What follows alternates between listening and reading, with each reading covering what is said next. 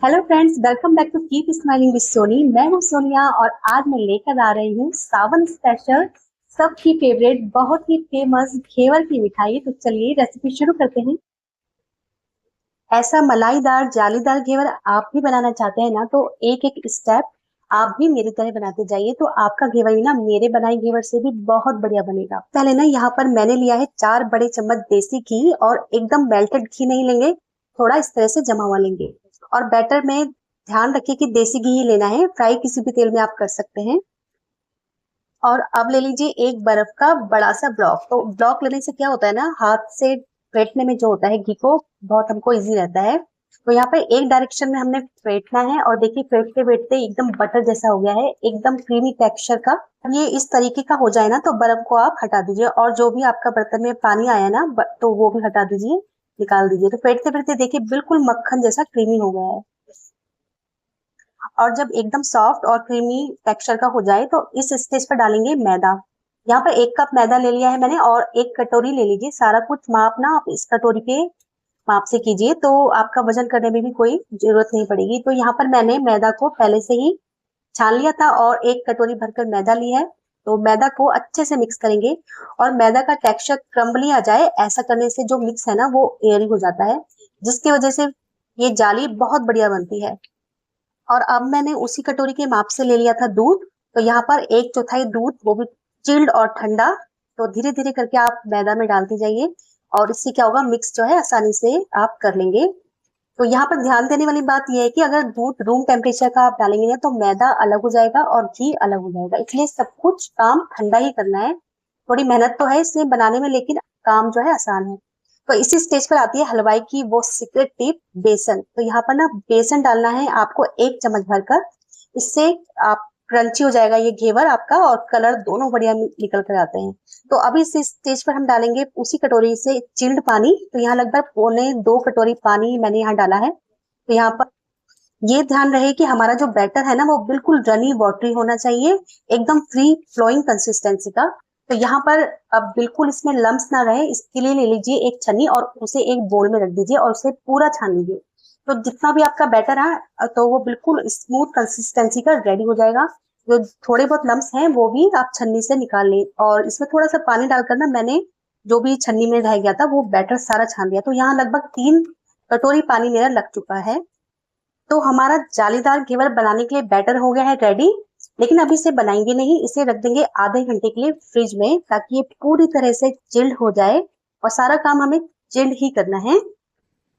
और इसके बाद हम कर लेते हैं चाशनी की तैयारी। तो यहाँ आप ले लीजिए कोई भी पतीला या कढ़ाई मोटे तले का। तो यहाँ पर कटोरी के ही माप से मैंने लिया है 1.5 कटोरी जितनी चीनी, और उसी कटोरी के माप से 1 कटोरी जितना पानी। तो यहाँ पर हाई फ्लेम पर चीनी को उबलने देंगे, और इस स्टेज पर डाल देंगे कुछ केसर के धागे, कुछ कूटे हुए इलायची के दाने। तो इससे ना फ्लेवर और कलर बहुत बढ़िया निकल कर आता है चाशनी में।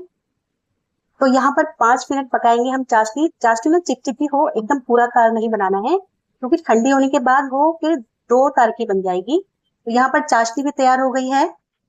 और अब हम बैटर को निकालेंगे फ्रिज से बाहर, और एक कढ़ाई में हम बर्फ के कुछ टुकड़े डाल देंगे, ताकि हमारा जो बैटर है ना वो ठंडा ही रहे। पूरा काम हमको ठंडा बैटर का ही करना है। यहाँ पर कढ़ाई हमने ले ली है मोटे तले की। तो यहाँ पर कढ़ाई में डाल दिया है तेल, और इसको ना ऊपर तक नहीं भरना है, क्योंकि बबल्स आते हैं ना तो पूरा तेल बाहर आ जाएगा, जो कि फैल जाएगा। और इस तेल को हमको इतना गर्म करना है कि बस धुआं ना आए, और एकदम गर्म तेल हमको चाहिए। तो थोड़ा थोड़ा करके आप बैटर को डालते जाइए, एक साथ नहीं डालना है। अगर आप एक साथ डालेंगे ना, तो ये जाली नहीं बनेगी। तो बूंद बूंद टपकाइए, बिल्कुल टप टप करके। और देखिए किस तरीके से ये फैल रहा है। और आप इसके बाद एक स्टिक से ना इसके बीच में, बिल्कुल आपको सेंटर में डालना है बैटर। स्टिक से जो आप है, ये इसका जो गोल घेरा होता है ना वो बनाते जाइए। और बैटर को आपने बिल्कुल हाइट से डालना है, और जब तक बबल सेट ना हो जाए तभी आपको दूसरी चम्मच का बैटर यहाँ पर डालना होगा। तो देखिए धीरे धीरे ना, आपको अगर ज्यादा लग रही है फ्लेम तो कम करते जाना होगा। तो कम ज्यादा आपको करना ही होगा। और यहाँ पर देखिए मैं बिल्कुल हाइट से डाल रही हूँ, और एकदम सेंटर में डाल रही हूँ। और साथ में ना थोड़ा थोड़ा तेल आप इसके ऊपर भी डालते जाइए, ताकि ये ऊपर से भी पकता रहे। और यहाँ पर ना 30 से 45 बार मैंने इस बैटर को हाइट से डाला है, तो अच्छी खासी इसकी मोटाई निकल कर आ गई। थी। तो आप अपने अकॉर्डिंग देख लीजिए आपको कितना मोटा रखना है, उस हिसाब से आप इसको डालते जाइए। धीरे धीरे दबाएंगे ना तो भी आपको इसकी मोटाई पता चल जाएगी। तो यहाँ पर ना 30 से 45 मतलब लगभग 25 मिनट मैंने इस बैटर को डाला, तब जाके ये लगभग बन गया था एक परफेक्ट जैसा एक फ्लेवर होता है। तो आपको भी ऐसा ही करना है स्टेप बाय स्टेप। तो यहाँ पर देखिए बिल्कुल एकदम परफेक्ट जालीदार घेवर बनकर तैयार हो गया है, बिल्कुल क्रिस्पी और क्रंची, आप देख ही रहे होंगे। तो है ना बढ़िया, एकदम बनाने में आसान। तो मैंने भी ये फर्स्ट टाइम बनाया है, तो इतना बढ़िया बना है। तो आप लोगों का तो बहुत ही बढ़िया ये बनने वाला है, तो जरूर ट्राई कीजिएगा इसको। बस इसको अब हम कढ़ाई से बाहर निकाल लेते हैं और आप एक छन्नी ले लीजिए। मेरे पास छन्नी नहीं थी तो मैंने ना ये बर्तन जिसके ऊपर रखते हैं वही स्टैंड लिया और उसके ऊपर जिसके नीचे मैंने एक डोंगा ले लिया था और इसको रख दिया था, जिससे इसका सारा तेल जो है ना निथर जाता है। तो है ना कितना आसान बनाना। तो यहाँ पर एक कटोरी घेवर से 4 घेवर मेरे बन चुके हैं। तो आपका घेवर तो बहुत अच्छा बनने वाला है, मैंने भी फर्स्ट टाइम ट्राई किया, बिल्कुल बढ़िया बना है। जैसे जैसे स्टेप मैंने बताए आप भी ऐसे ऐसे बनाइएगा। और अब बनाते हैं रबड़ी। तो जब तक हमारे घेवर ठंडे हो रहे हैं तब तक हम रबड़ी बनाकर तैयार कर लेते हैं।